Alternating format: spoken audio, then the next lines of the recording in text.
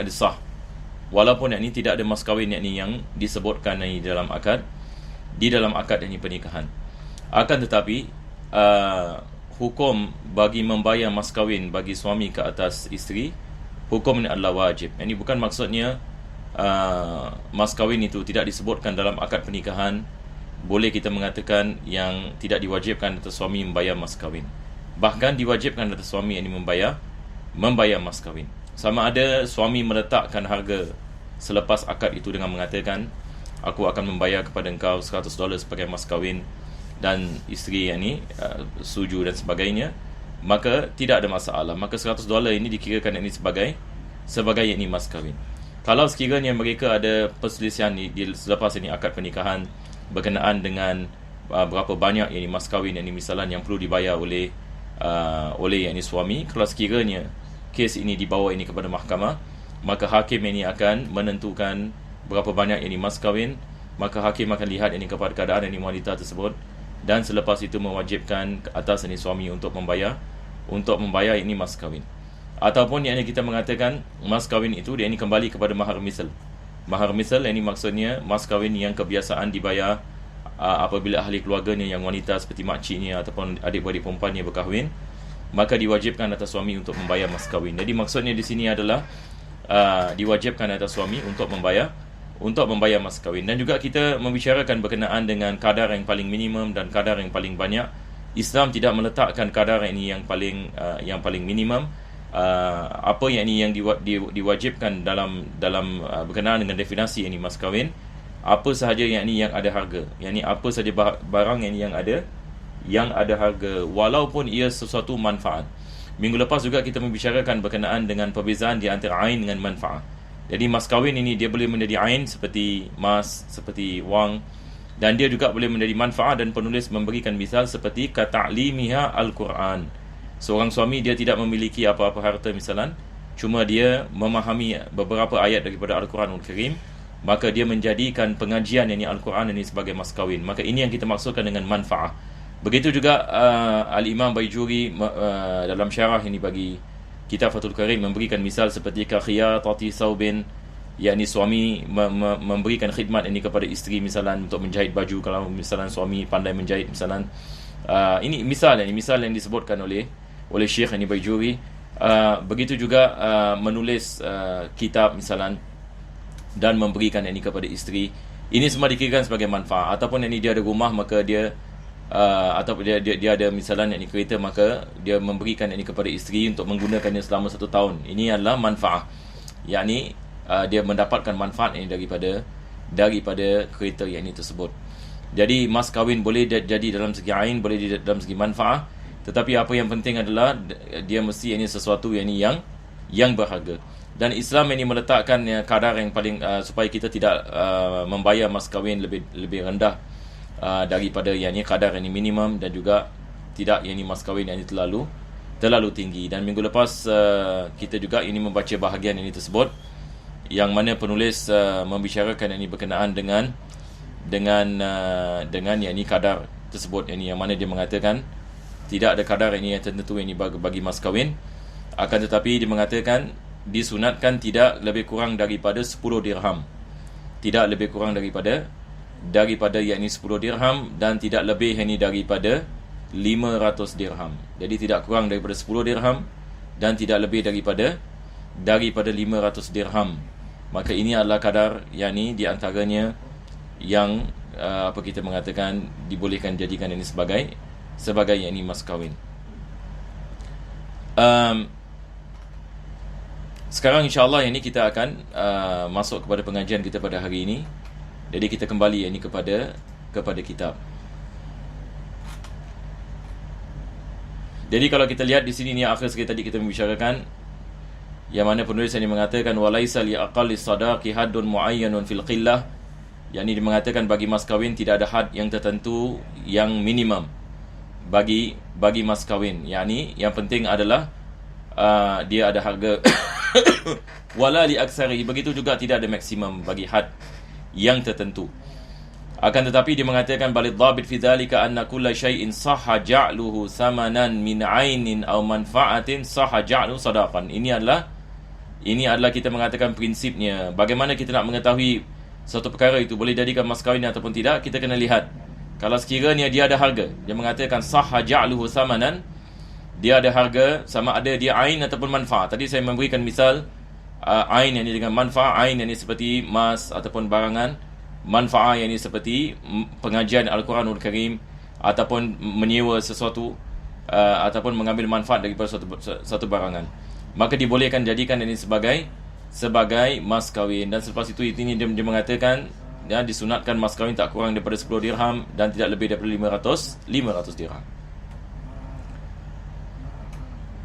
Dan penulis mengatakan wa yajuzu an yatazawwajaha ala manfaatin ma'lumatin ka ta'limihal Quran. Ini seperti mana kita mengatakan tadi, misal penulis mengatakan dibolehkan yakni seorang itu dia berkahwin dengan menggunakan yakni mas kahwin, dengan menggunakan yakni mas kahwinnya manfaat yang diketahui, seperti mengajarkan isterinya Al-Quranul Karim. Dan ini berlaku pada zaman Nabi SAW.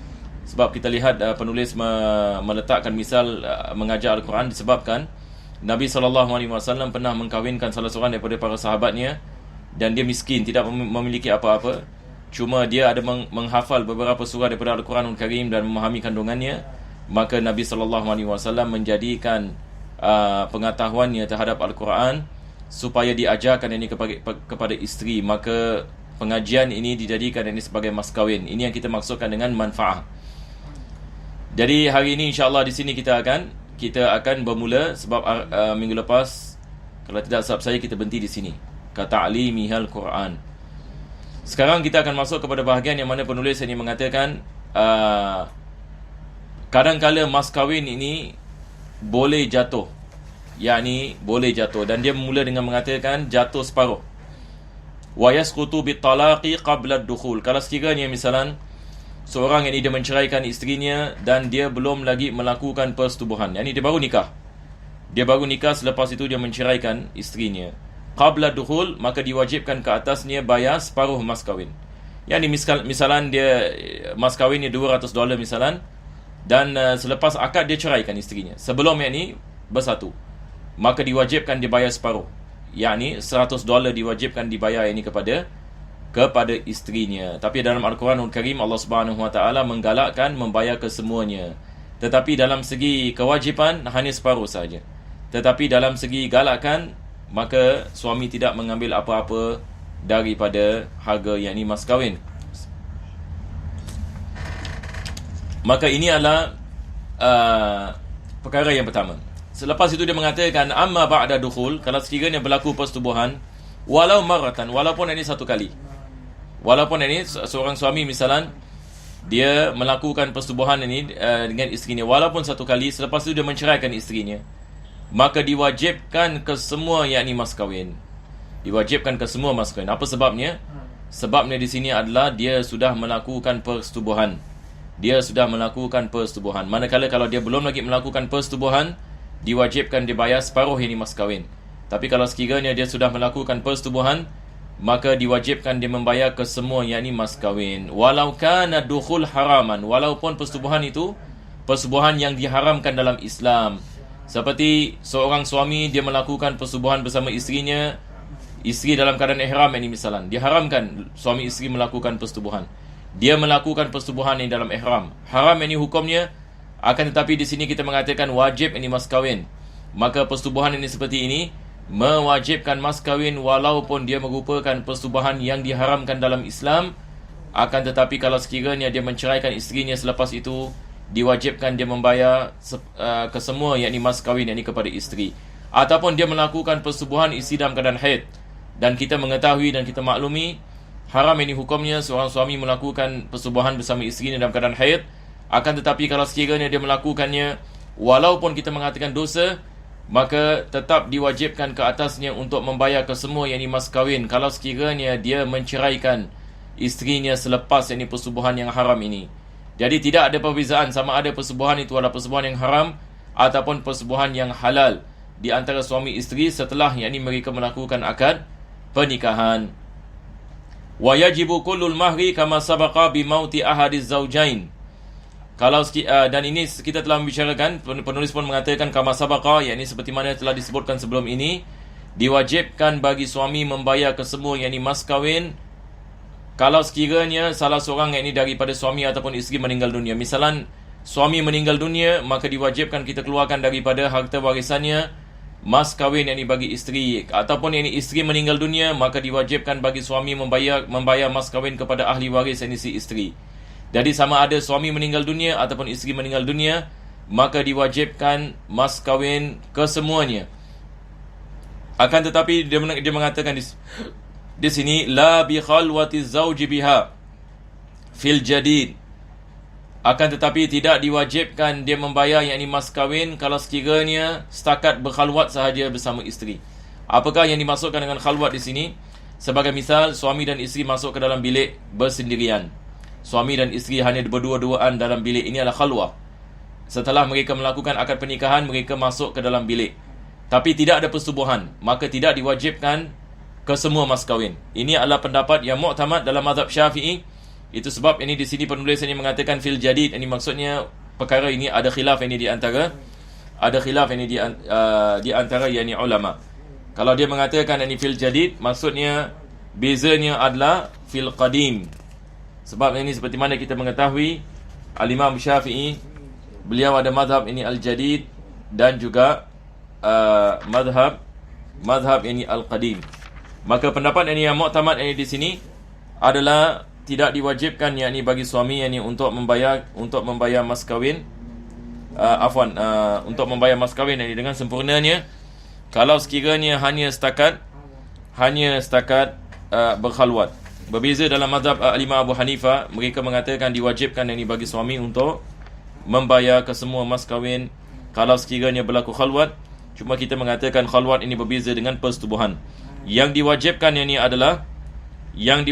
adalah kalau sekiranya berlaku yakni persetubuhan.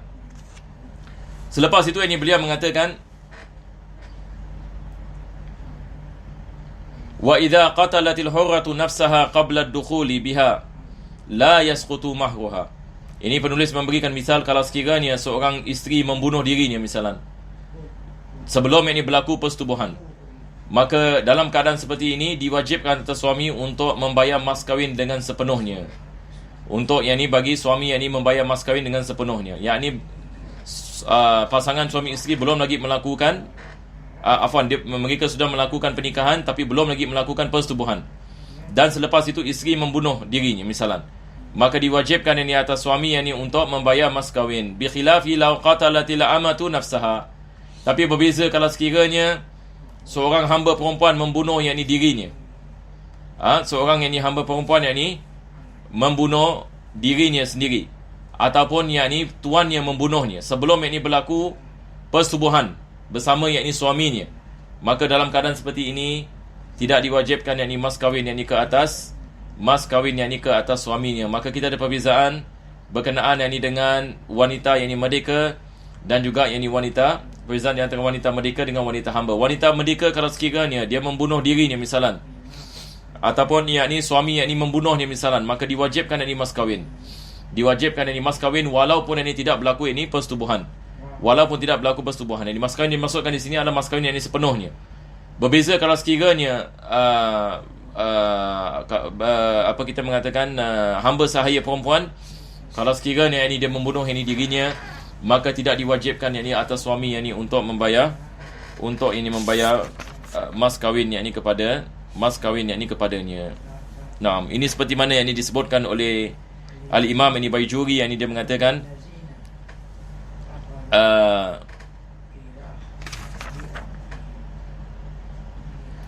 mengatakan wa kadza law qatalat zawjaha aw qatalahu sayyiduha fa innahu yasqutu mahruha. Yang ini tadi kita mengatakan kalau sekiranya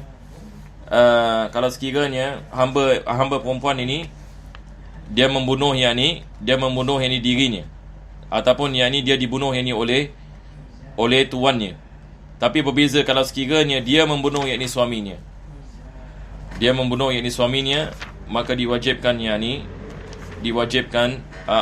tidak diwajibkan ini mas kahwin kepadanya. Jadi dengan ini alhamdulillah ini kita dah habis ini bab ini dikenali sebagai bab as-sadaq, dan insya-Allah ini kita akan masuk ini kepada fasal yang mana penulis ini mengatakan fi walimatil ursi. Fi walimatil ursi.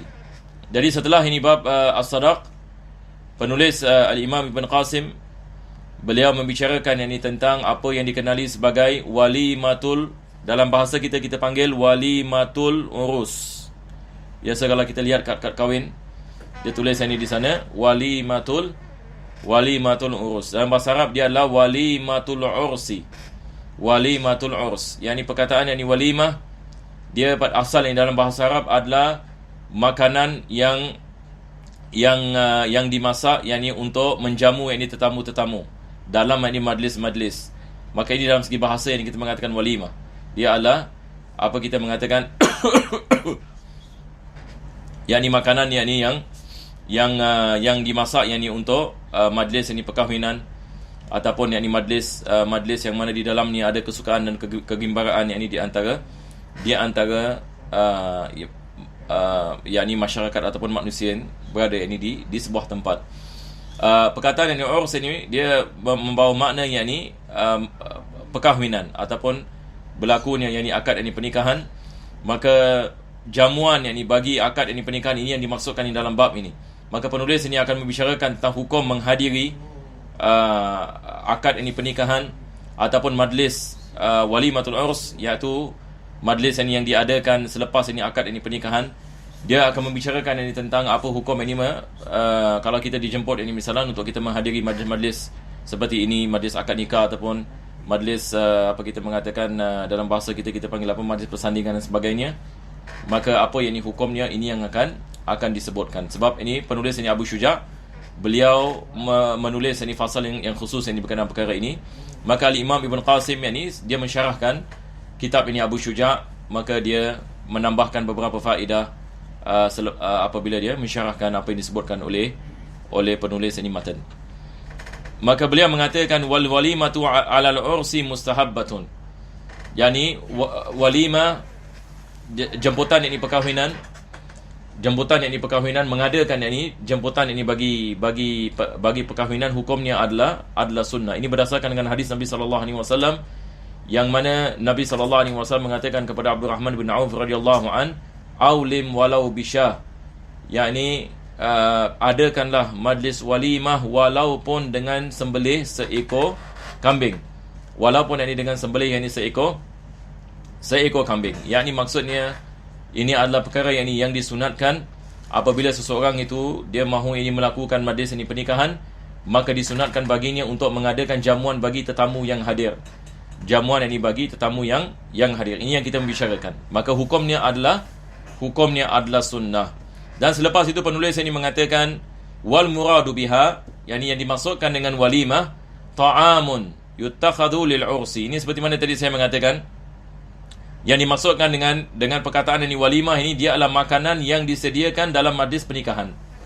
Makanan yang disediakan dalam majlis yakni pernikahan. Jadi kita di Singapura misalan, biasanya kita akan adakan majlis nikah, dan selepas itu kita akan mengadakan majlis apa yang kita mengatakan majlis jamuan majlis ini jamuan ataupun majlis walimah. Kita mengatakan ini majlis walimah.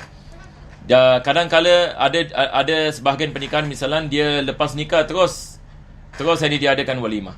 Kadang-kala pula pernikahan diadakan pada hari yang lain, jemputan yang diadakan pada hari yang diadakan ini pada hari yang lain. Lebih-lebih lagi pada zaman Covid ini misalan, biasanya pernikahan yang ini diadakan pada hari yang lain, selepas itu walimah diadakan pada hari yang lain disebabkan keadaan dan sebagainya. Jadi kalau biasanya majlis pernikahan itu dibezakan, yakni hari akad nikah dengan hari walimah, maka kita juga akan mendapatkan jemputan yang berbeza. Ada orang yang ini misalan dia dijemput dalam pada akad pernikahan, ada orang yang ini dijemput ini pada majlis walimah. Maka ini kedua-duanya dikirakan sebagai majlis walimatul urs. Dikirakan ini sebagai majlis walimatul urs. Sama ada kita dijemput pada akad pernikahan yang untuk menghadiri pernikahan, dan selepas itu ada jamuan yang makanan sebagainya, ataupun ini kita dijemput ini untuk menghadiri untuk menghadiri walimah yang dikhususkan ini bagi pernikahan yang sudah yakni dilaksanakan. Jadi beliau ini mengatakan selepas itu, waqala Syafi'i, al-Imam Syafi'i ini mengatakan, tasduqul walimatu ala kulli da'watin li hadisi sururin. Jadi ini adalah definisi yang disebutkan oleh Imam Syafi'i. Dia mengatakan perkataan walimah ini dia adalah membawa makna bagi tiap-tiap jemputan. Yakni tiap-tiap yakni jemputan yang mana di dalamnya membawa yakni kepada kegembiraan dan kebahagiaan. Ini adalah majlis walimah. Jadi dia bukan khusus majlis perkahwinan. Dalam segi bahasa, perkataan yakni walimah ini dia bukan khusus yakni bagi majlis yakni perkahwinan. Bahkan kalau kita ada perjumpaan misalan, dan selepas itu kita masak dan kita jemput orang makan misalan, setakat ini bersilaturahim, ini juga yang ini dikirakan sebagai walimah. Wa aqalluha lil muksiri syatun. Dan yang paling minimum yakni bagi orang yang mampu adalah satu ekor kambing. Berdasarkan dengan hadis Nabi sallallahu alaihi wasallam, seperti mana kita mengatakan, ada hadis Nabi mengatakan, aulim walau bisyah. Aulim walau bisyah. Maka tidak disunatkan kita dalam Islam satu orang ini melakukan akad pernikahan, dia tidak menyediakan apa-apa makanan. Ini adalah tidak disunatkan. Walil muqil, kalau dia betul-betul miskin, ma tayassar, ini apa dia mampu. Apa yang dia mampu. Ada orang yang ini misalnya hidup dalam kemiskinan di kampung dan sebagainya. Kalau kita mengatakan kepadanya sunnah yakni walaupun seekor kambing misalnya, tapi dia tak mampu misalnya. Dia tidak mampu. Dan ada orang yang ini betul-betul yang tidak mampu. Maka dia boleh menyediakan apa saja makanan yakni yang dia mampu. Ini yang penulis mengatakan walil muqil. Kalau sekiranya yakni dia miskin, maka dia menyediakan apa yang dia mampu. Kalau dia ada wang dan sebagainya, maka sekurang-kurangnya dia menyediakan yakni satu ekor kambing yakni yang disembelih, diberikan makanan yakni kepada tetamu yang menghadiri. Wa anwa'uha katsiratun madhkuratun fil mutawwalat. Dan apa kita mengatakan, bahagian-bahagiannya banyak berkenaan ini dengan ini walimah. Penulis ini mengatakan disebutkan dalam kitab-kitab yakni yang kitab-kitab yang besar ataupun kitab-kitab yang panjang lebar. Yakni ada kitab-kitab seperti kitab Majmu' misalan, yang mana 10 jilid, 12 jilid. Ini semua adalah kitab-kitab mutawwalat. Jadi kitab-kitab ini biasa terbagi kepada 3 bahagian. Pertama sekali kita ada kitab dalam ilmu fiqh dikenali sebagai mukhtasarat. Kedua adalah mutawassitat. Yang ketiga adalah mutawwalat. Jadi seperti kita mengatakan beginner, intermediate dengan advance. Jadi biasanya kitab-kitab mukhtasarat seperti kitab Abi Syuja', kitab Abi Syuja' seperti matan yang kita belum mempelajari ini adalah kitab ini mukhtasar. Yakni kitab-kitab yang diringkaskan supaya mudah dihafal. Dan kitab Fathul Karim ini dikirakan kitab mutawassit. Dia dalam pertengahan, dia tidak terlalu kecil dan dia juga bukan juga dikirakan sebagai kitab ini yang besar, tetapi dia adalah kitab yang sederhana, yang menerangkan mukhtasar, yang menerangkan ini mukhtasar ini bagi Abu Syuja'. Jadi mutawwalat di sini maksudnya kitab-kitab ini yang dibahaskan ini dengan lebih lanjut. Jadi jenis-jenis ini walimah dan hukum ini bagi makanan yang dimasak, semua yang ini disebutkan dengan terperinci dalam kitab-kitab tersebut.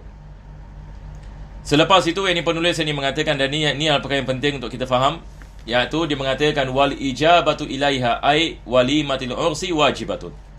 Tadi kita mengatakan mengadakan walimah hukum di sunnah, tetapi menyambut apa kita mengatakan jemputannya, menyambut jemputan bagi menghadiri walimah hukumnya wajib.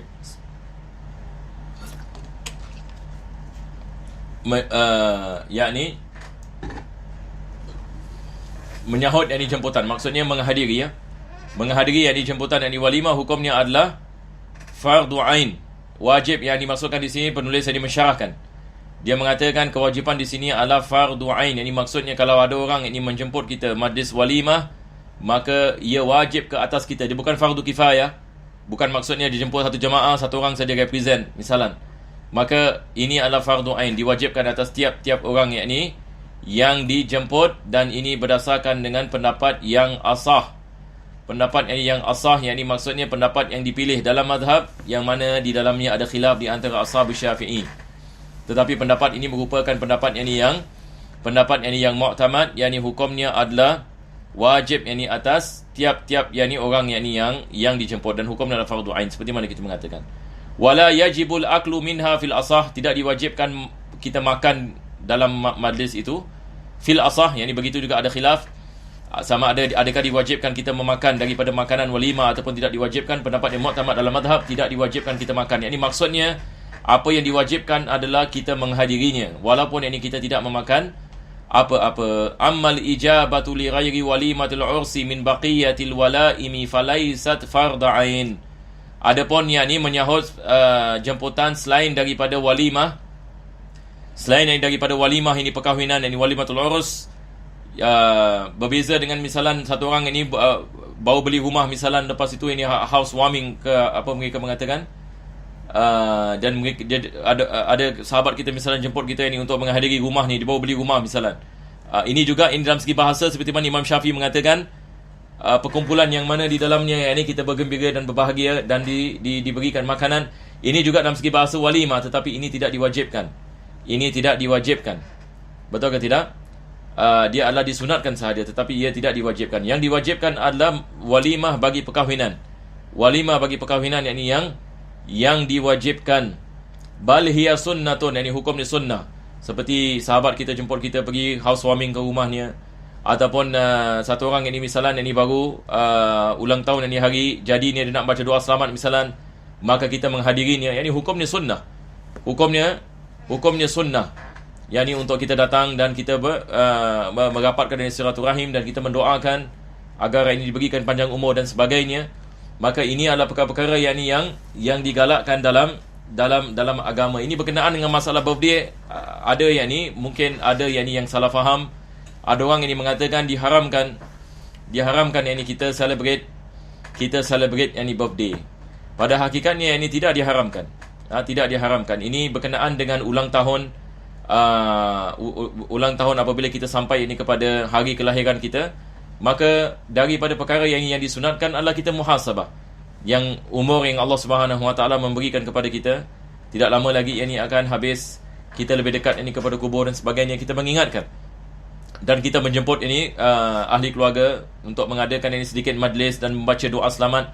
Jadi kita menukar majlis ni, bukan maksudnya kita mengatakan yang ni mesti ada candle dan lepas itu yang ni kita nak tiup dan sebagainya. Kita boleh mengadakan majlis ni ulang tahun ini, kita mengadakan doa selamat. Yang ni satu orang ini membaca Fatihah misalan, mendoakan anak-anak yang baru masuk ini ulang tahun 7 tahun ataupun 8 tahun. Wallahu a'lam, ini hatta 20 tahun, 30 tahun.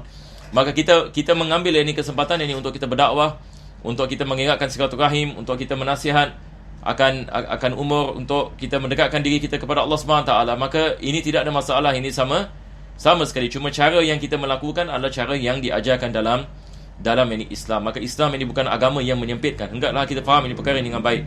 Islam ini adalah agama yang meluaskan. Selagi mana kita tidak melakukan perkara-perkara yang diharamkan dalam majlis ini, seperti ada minuman keras ataupun ada joget-joget misalan, wanita berlaku ini percampuran di antara wanita dengan lelaki. Ini sebab perkara yang diharamkan, maka itu tidak dibolehkan. Tetapi setakat ini kita jemput ini ahli keluarga, kawan-kawan ini menghadiri dan makan dan kita bergembira, itu tidak ada masalah sama sekali. Jadi penulis tadi mengatakan bal hiya sunnatun, yakni selain daripada walimah tidak diwajibkan, hukumnya sunnah selagi mana tidak ada maksiat di dalamnya. Wa innama tajibu da'watu li walimatil ursi. Ini perkara yang ditekankan di sini. Dia mengatakan yang diwajibkan adalah walimatul urs sahaja. Au tusannu li ghairiha bi syarti an la yukhassa da'i al-aghniya bi da'wah. Dan selain yang daripadanya ataupun disunatkan bagi selain yang daripada walimah, dengan syarat yakni seseorang itu dia tidak mengkhususkan orang kaya sahaja, yakni untuk menghadiri kita mengatakan majlis yakni walimah yakni tersebut. Untuk menghadiri yakni majlis yakni walimah tersebut, ada orang ini misalan dia kita mengatakan mengkhususkan hanya orang kaya saja menghadiri majlis walimah tersebut. Dalam keadaan seperti ini tidak diwajibkan kita menghadirinya, walaupun ini ia walimatul urs. Yang ini satu orang misalan dia mengadakan majlis ini pernikahan, dan dia mengkhususkan orang kaya saja. Dia mengkhususkan, kita dapat tahu misalan orang ini hanya jemput ini orang kaya sahaja, maka walimah seperti ini tidak diwajibkan kita diwajibkan kita mengatakan menghadirinya, sebab yang ini dia mengkhususkan sebahagian dan dia tidak menjemput ini sebahagian ini yang lain. Ini semua adalah daripada syaratnya. Kita ada banyak syarat ini, hampir 20 syarat bagaimana walimah itu diwajibkan.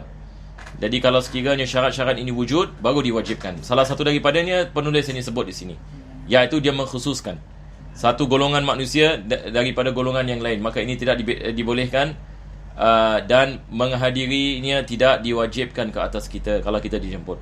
Bal yad'uhum wal fuqara. Tapi kalau sekiranya dia jemput orang kaya dan orang miskin, maka tidak ada masalah. Wa an yad'uhum fil yaumil awwal fa in awlama salasata ayyam lam tajibil ijabatu fil yaumis tsani. Dan dia mengatakan dia menjemput mereka pada hari yang pertama. Yang ini maksudnya kalau sekiranya walimah itu ada 3 hari, 4 hari misalan. Kadang-kadang ini ada jenis walimah dia lebih daripada 1 hari. Lebih daripada 1 hari. Jadi adakah diwajibkan kita tiap-tiap hari kita menghadiri? Tidak diwajibkan. Hanya hari yang pertama sahaja. Maka hari-hari yang lain tidak diwajibkan kita menghadirinya kalau sekiranya dia buat 2 hari misalan. Ataupun seperti mana tadi saya mengatakan, dia akad pada hari Jumaat, walimah pada hari Sabtu. Ini dah 2 hari. Maka kalau kita menghadiri akad pada hari Jumaat, tidak diwajibkan kita menghadiri pada hari Sabtu. Sebagai misal. Naam. Jadi hanya diwajibkan 1 hari. Kalau sekiranya dia lebih daripada 1 hari. Lam tajibil ijabatu fil yaumis tsani bal tustahab.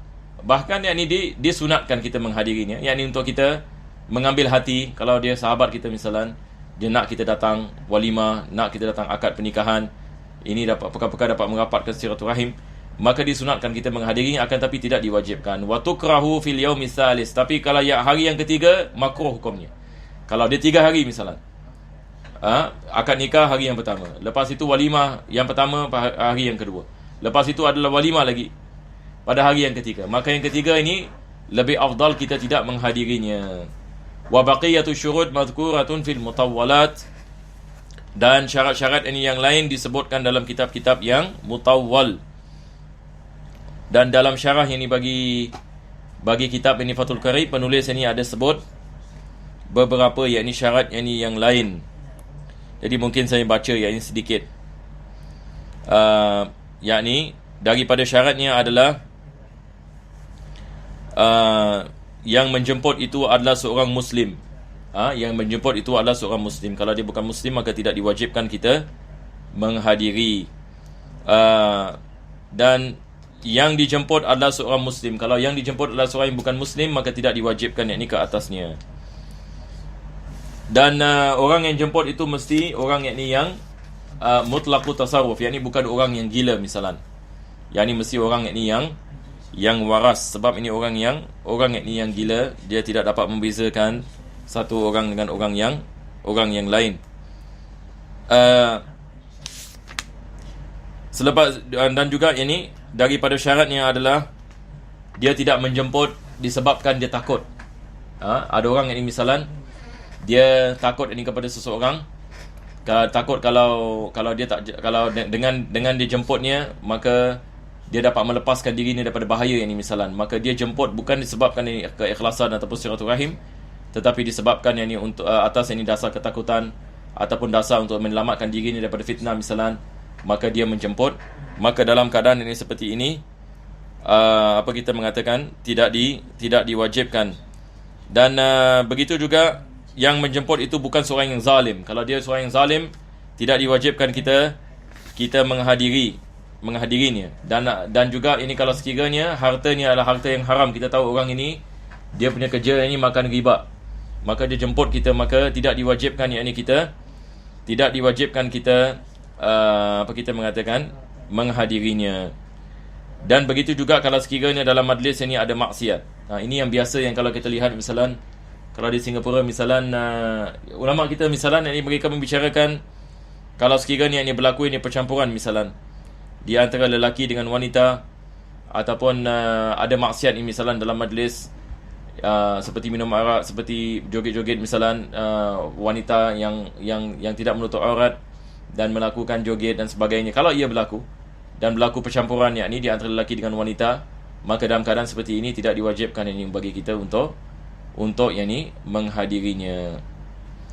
Dan selepas itu penulis ini mengatakan wa qawluhu illa min uzrin, kecuali kalau ada keuzuran, mani'in minal ijabati lil walimah ka an yakuna fi mawdi'id da'wati man yata'adza bihi al mad'u aw la taliqu bihi mujalasatuhu, daripada keuzuran tidak ini menghadiri yakni walimah, seperti yakni dia mengatakan di dalam majlis itu ada perkara-perkara yakni yang dapat menyakiti orang yakni yang dijemput yakni sebagai misal, ataupun yakni tidak layak yakni baginya untuk menghadiri.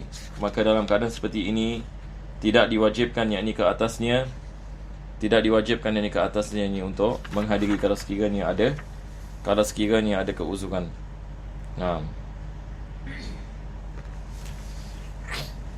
Jadi insya-Allah ini kita berhenti di sini. Pada minggu yang akan datang kita akan masuk ini kepada bab al-qasmi wan nusyuz. Wa sallallahu ala sayyidina Muhammadin wa ala alihi wa sahbihi wasallam.